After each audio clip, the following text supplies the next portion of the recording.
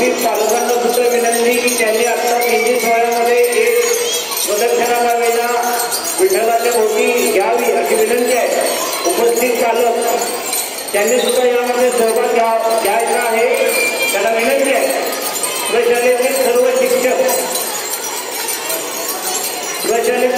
शिक्षक बंधू-भगिनी यांनी सुद्धा आता चाललेला जो सोहळा आहे याच्यामध्ये सहभाग नोंदवावा।